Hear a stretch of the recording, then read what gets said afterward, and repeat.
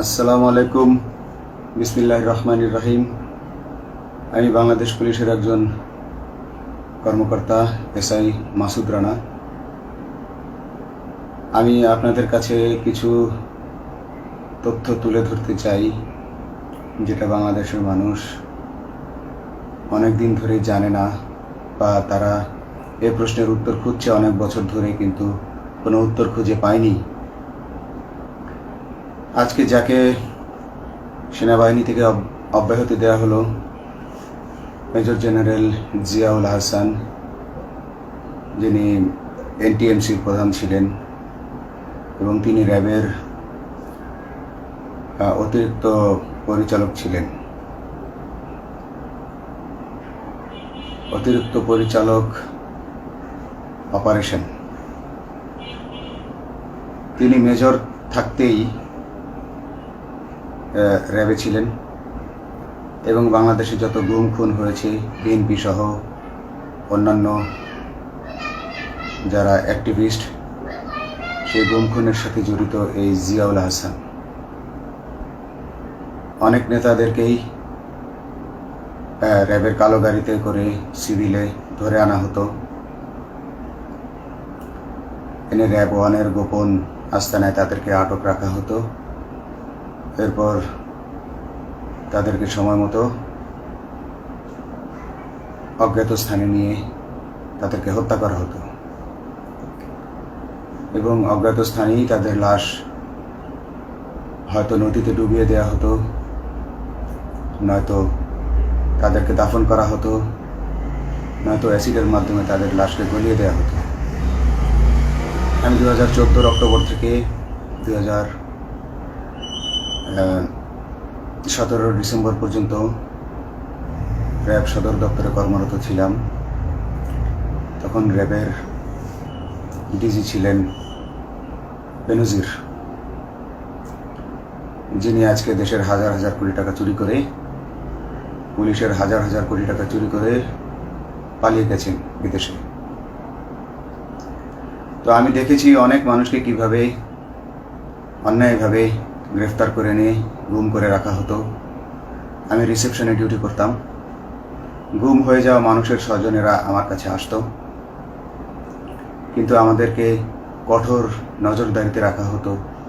CC ক্যামেরার আওতায় ছিলাম, তাদের সাথে আমরা ওভাবে কথা বলতে পারতাম না। তাদেরকে কোনো তথ্য দেওয়া নিষেধ ছিল আমাদের জন্য। কিন্তু তাদের স্বজনরা আসলে এসে যখন এখানে কান্না করতো, আমি নিজেকে ধরে রাখতে পারিনি। আমি অনেকের স্বজনকেই তাদের স্বজনের, গুম হয়ে যাওয়া স্বজনের পরিণতির কথা জানিয়ে দিতাম। বিশেষ করে যাদেরকে মেরে ফেলা হতো, খুন করা হতো, তাদেরকে আমি খারাপ সংবাদটা দিতাম না। কিন্তু যাদেরকে বন্দি করে রাখা হতো, যেমন বিএনপি নেতা সালাউদ্দিন আহমেদকে যখন অ্যারেস্ট করে আনা হলো, তিনি অ্যারেস্ট করার সময় ধস্তাধস্তিতে মাথায় আঘাত পেয়েছিলেন। তাকে র্যাব ওয়ানের গোপন কক্ষে আটক করে রাখা হয়েছিল দীর্ঘদিন। এরপর তাকে এক সময় ভারতে পাচার করে দিয়ে আসা হয়। তাকে অজ্ঞাত কারণে হত্যা করা হয়নি। তার ফ্যামিলি এসেছিল, তার স্ত্রী হাসিনা আহমেদ, তার ভাই গিয়াসউদ্দিন আহমেদ। ওনারা আমার কাছে বেশ কয়েকবার এসেছেন। আমি কয়েকদিন ওনাদের এই উদ্বেগ, উৎকণ্ঠা, আমার সামনে বসে কান্নাকাটি দেখে আমি থাকতে পারিনি। আমি ওনাদেরকে কৌশলে আমার ফোন নাম্বার দিয়ে আমি ওনাদের সাথে দেখা করে ওনাদেরকে জানিয়ে দিই যে সালাউদ্দিন সাহেবকে হত্যা করা হয়নি, উনি জীবিত আছেন এবং ওনাকে হত্যা করার সিদ্ধান্ত নেওয়া হয়নি। এই সিদ্ধান্তগুলো যিনি নিতেন তিনি হচ্ছেন বর্তমানে মেজর জেনারেল জিয়াউল হাসান, যাকে আজকে অব্যাহতি দেওয়া হয়েছে। শুধু অব্যাহতি যদি দেয়া হয়, তাকে যদি বিচারের মুখোমুখি করা না হয়, তাহলে এই আন্দোলনের, এই স্বাধীনতার কোনো মূল্য থাকবে না। আমি আজকে আর কাউকে ভয় পাই না। আমি আজকে বিশ্বাস করি যে আজকে আমাকে এই সত্য বলার জন্য কেউ গুম করে দিতে পারবে না, এই সত্য বলার জন্য কেউ আমাকে অ্যারেস্ট করবে না। সেই কারণে আমি বুকে সাহস নিয়ে আজকে কথাগুলো বলছি। আপনারা যারা বিএনপি নেতা ইলিয়াস আলীর অপেক্ষায় আছেন, তাদের জন্য দুঃখজনক সংবাদ। তাকে অনেক আগেই হত্যা করা হয়েছে। তাকে পতেঙ্গা সমুদ্র সৈকত দিয়ে কড়া পাহারায় সাগরের মাঝখানে নিয়ে স্পিড বোটের মাধ্যমে মুখে পলিথিন পেঁচিয়ে হত্যা করে, তার পেট ছুরি দিয়ে ছিদ্র করে, তাকে পাথর দিয়ে বেঁধে সাগরে ডুবিয়ে দেওয়া হয়েছে। শুধু ইলিয়াস আলী নয়, অনেক নেতার সন্ধান যারা আজও পাননি। কিছু মানুষ তো ঘর থেকে উদ্ধার হয়েছে, কিন্তু যাদেরকে আপনারা পাননি তাদের সবার এই করুণ পরিণতি হয়েছে। আমি যদিও তারা এই কাজগুলো অতি গোপনে করত এবং র্যাবের অন্যান্য শাখার কর্মরত কর্মকর্তা কর্মচারীরা এটা জানতো না, কিন্তু আমি অত্যন্ত বিচক্ষণভাবে আমি এই খবরগুলো নিতাম, কারণ আমি জানতাম এগুলো একদিন আমি প্রকাশ করতে পারবো। এবং এই দিনটার অপেক্ষায় ছিলাম আজকে এত বছর, মানুষের কাছে সত্য প্রকাশের। বাংলাদেশের মানুষ জানুক যে কারা খুনি, কারা এত মানুষকে গুম খুন করেছে, এই দেশ থেকে এই দেশে ত্রাসের রাজত্ব কায়েম করেছে। তারা মাদকের ক্রস ফায়ারের নামে যে হত্যা ট্র্যাডিশন চালু করেছিল, এই ট্র্যাডিশনের উদ্দেশ্য ছিল বিরোধী দলের লোকজনকে হত্যা করা।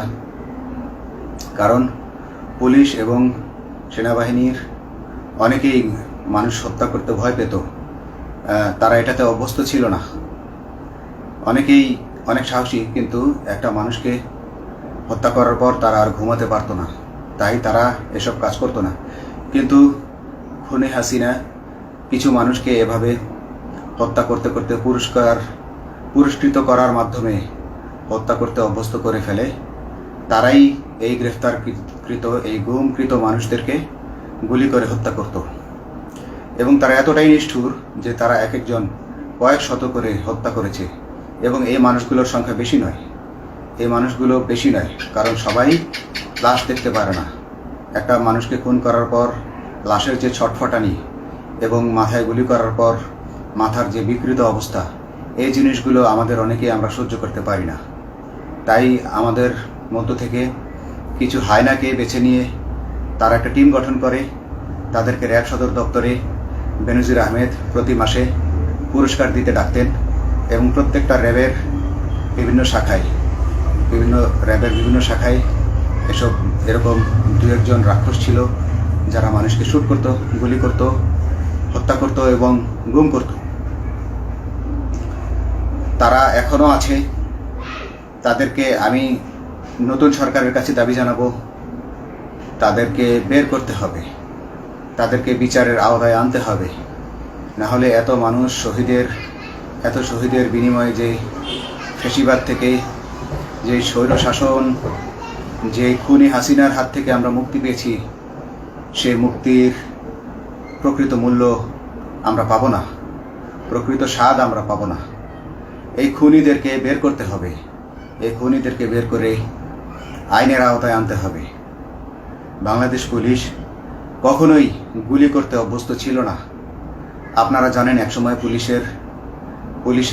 যে গুলি করতো না, এটা নিয়ে অনেক ব্যঙ্গচিত্র ছাপা হতো পত্রিকাগুলোতে, যে গুলি না করতে গুলি খেলনার বন্দুকে পরিণত হয়েছে। তো কিন্তু সেই নিরীহ পুলিশকে রক্তপিপাসু হিসেবে শেখ হাসিনা তৈরি করেছে। তবে সবাই নয়, কিছু কিছু মানুষ।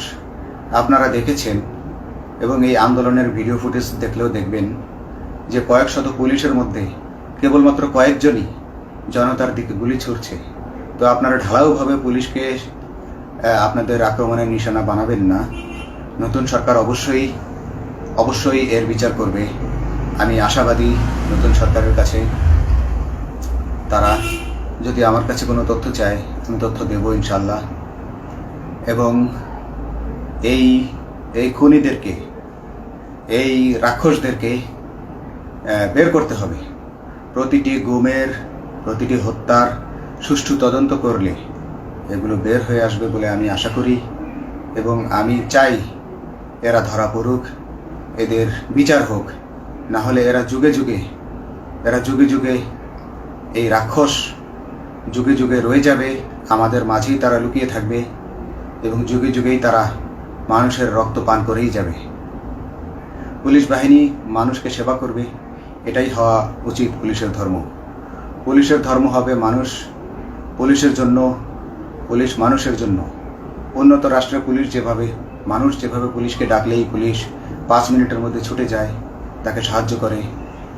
আমরা বিভিন্ন ভিডিওতে দেখি যে পুলিশ হাঁসের বাচ্চাকে রাস্তা পার করে দিচ্ছে, একজন অন্ধ মানুষকে রাস্তা পার করে দিচ্ছে। বাংলাদেশের পুলিশ এমনটাই করতে চায়, আমরা এমনটাই করতে চাই, কিন্তু সেই পরিস্থিতিতে আমাদেরকে রাখা হয়নি। আমাদেরকে রাখা হয়েছে দৌড়ের উপর, আমাদেরকে রাখা হয়েছে বিভিন্ন অন্যায় কাজের উপর, বিভিন্ন অন্যায় আদেশের উপর। কেউ যারা মেনেছে তারা ভালো ভালো জায়গায় পোস্টিং নিয়ে থেকেছে, যারা মানেনি তাদেরকে খারাপ জায়গায় পোস্টিং দেওয়া হয়েছে, কারো চাকরি হারিয়েছে, কাউকে সাসপেন্ড করে রাখা হয়েছে। আমি নিজেও একজন এমন বৈষম্যের শিকার, অন্যায় মিথ্যা মামলার শিকার হয়ে আমি নিজেও বর্তমানে সাসপেনশন অবস্থায় আছি এবং এই সাসপেনশন অবস্থায় থেকে আমি আল্লাহর কাছে শুকরিয়া জানাই, কারণ এই সাসপেনশন থাকার কারণে আমি ছাত্র জনতার আন্দোলনের সাথে সংযুক্ত হতে পেরেছি। আমি সবসময় আল্লাহর কাছে দোয়া করেছি যে আল্লাহ, তুমি আমাকে মুজাহিদ হিসেবে কবুল করো, আমাকে জিহাদ করার তৌফিক দান করো এবং আমাকে শহীদী মৃত্যু দান করো। এবং আল্লাহ আমার দোয়া কবুল করেছেন। আমি ছাত্র জনতার সাথে এই জিহাদে অংশগ্রহণ করেছি, ছাত্র জনতা সফল হয়েছে। আমি গর্বিত আমি এই আন্দোলনে একজন পুলিশ অফিসার হয়েও আমি অংশগ্রহণ করতে পেরেছি। তো যাই হোক, আমি চাইব যে বাংলাদেশ পুলিশের, র্যাবের যে সকল কর্মকর্তা অগণিত মানুষের গুম খুনের সাথে জড়িত ছিল তাদেরকে ধরা হোক, তাদেরকে আইনের আওতায় আনা হোক। আমাদের মতো অনেক অফিসার আছি যারা এসব কুকর্মের সাক্ষী, আমরা সাক্ষ্য দেব। আমরা এখন আর ভয় পাই না। আমরা আসলে যে ভয় পেয়েছি তা নয়, আমাদের বাহিনীতে টিকে থাকাটা জরুরি ছিল। জনগণের স্বার্থেই আমাদের বাহিনীতে থাকা জরুরি ছিল, কারণ আমরা যদি বাহিনী থেকে আউট হয়ে যেতাম তাহলে এসব তথ্য আমরা জানতে পারতাম না এবং জনতার কাছে পৌঁছাতে পারতাম না। জনতার কথা বলতে হলে, জনতার সাথে থাকতে হলে আমি পজিশনেও থাকতে হবে। এই জন্য অনেক কিছুই প্রকাশ করিনি, কারণ আপনারা ভালো মতোই জানেন যে অনেক সেনাবাহিনীর মেজরকেও গুম করে দেওয়া হয়েছে যারা মুখ খুলেছে। আমি তো একজন সামান্য সাব ইন্সপেক্টর, আমাকে গুম করে দেওয়া তাদের 1 সেকেন্ডের ব্যাপার ছিল। তো আমি এখন বিশ্বাস করি যে এখন সেই দিন, সেই কালো মেঘ সরে গেছে আকাশ থেকে, আকাশ মুক্ত হয়েছে, এই দেশ জালিমের শাসন থেকে মুক্ত হয়েছে। আল্লাহ তাআলা আমাদের উপর রহমত বর্ষণ করেছে। অগণিত মুসলিমের দোয়া আল্লাহ তাআলা কবুল করেছেন, অগণিত 18 কোটি মানুষের দোয়া আল্লাহ কবুল করেছেন। নইলে এইভাবে হঠাৎ করে 15 দিনের মধ্যে 15 বছর ধরে গড়ে ওঠা রাক্ষসের পতন ঘটা আল্লাহর রহমত ছাড়া, আল্লাহর রহমত ছাড়া এটা কখনোই সম্ভব হতো না। আমি আল্লাহর উপর ভরসা রেখে বলছি, আপনারা নতুন প্রশাসনকে ঢেলে সাজান, পুলিশ বাহিনীকে ঢেলে সাজান। এই সিস্টেমের মধ্যেই, পুলিশের এই সিস্টেমের মধ্যেই গণ্ডগোল আছে, নিয়োগের মধ্যে গণ্ডগোল আছে। আপনারা এই সিস্টেমগুলো পরিবর্তন করুন, আপনারা এই সিস্টেম পরিবর্তনে সাহায্য করুন এবং পুলিশ ডিপার্টমেন্টে যত ডিপার্টমেন্টাল পরীক্ষা আছে এগুলো তুলে দেন। এই ডিপার্টমেন্টাল পরীক্ষাগুলোর মাধ্যমে আমাদের ঊর্ধ্বতনরা আমাদের গলা সবসময় চিপে ধরে রাখে, ঠিক আছে?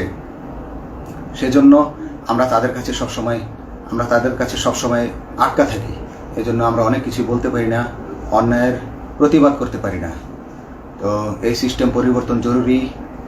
ডিপার্টমেন্টে কোনো পরীক্ষা থাকা যাবে না।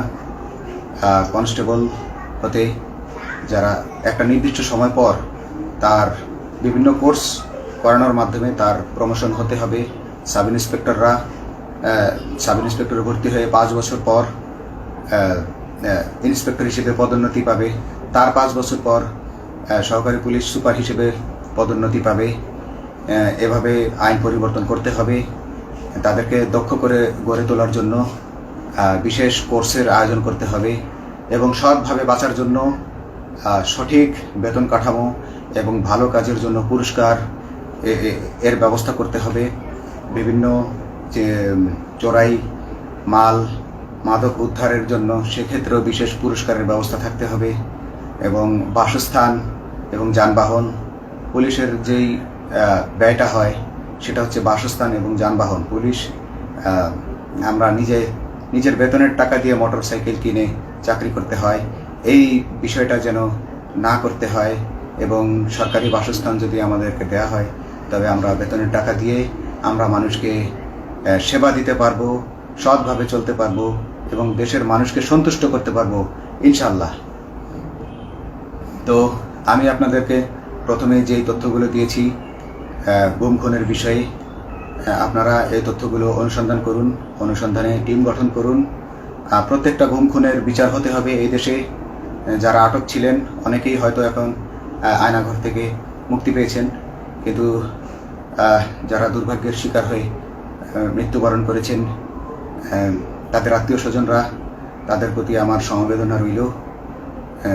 তারা জোর দাবি তুলুন, তারা সবাই সরকারের কাছে আপনাদের পরিবার পরিজনের নিখোঁজ হওয়ার বিষয়টি তুলে ধরুন, আপনারা জোর দাবি জানান এবং গুম খুন তদন্তে একটি তদন্ত কমিটি গঠন করা হোক, যেখানে কোনো পুলিশ বা সেনাবাহিনীর সদস্য থাকবে না। এটা হতে পারে বিচার বিভাগীয় তদন্ত বা অন্য কারো মাধ্যমে, কিন্তু এই হায়নাদের এই খুনিদেরকে বের করুন, বের করে এদেরকে শাস্তির আওতায় আনুন, তবেই এই তারা তাদের বলিদান সফল হবে। আসসালামু আলাইকুম।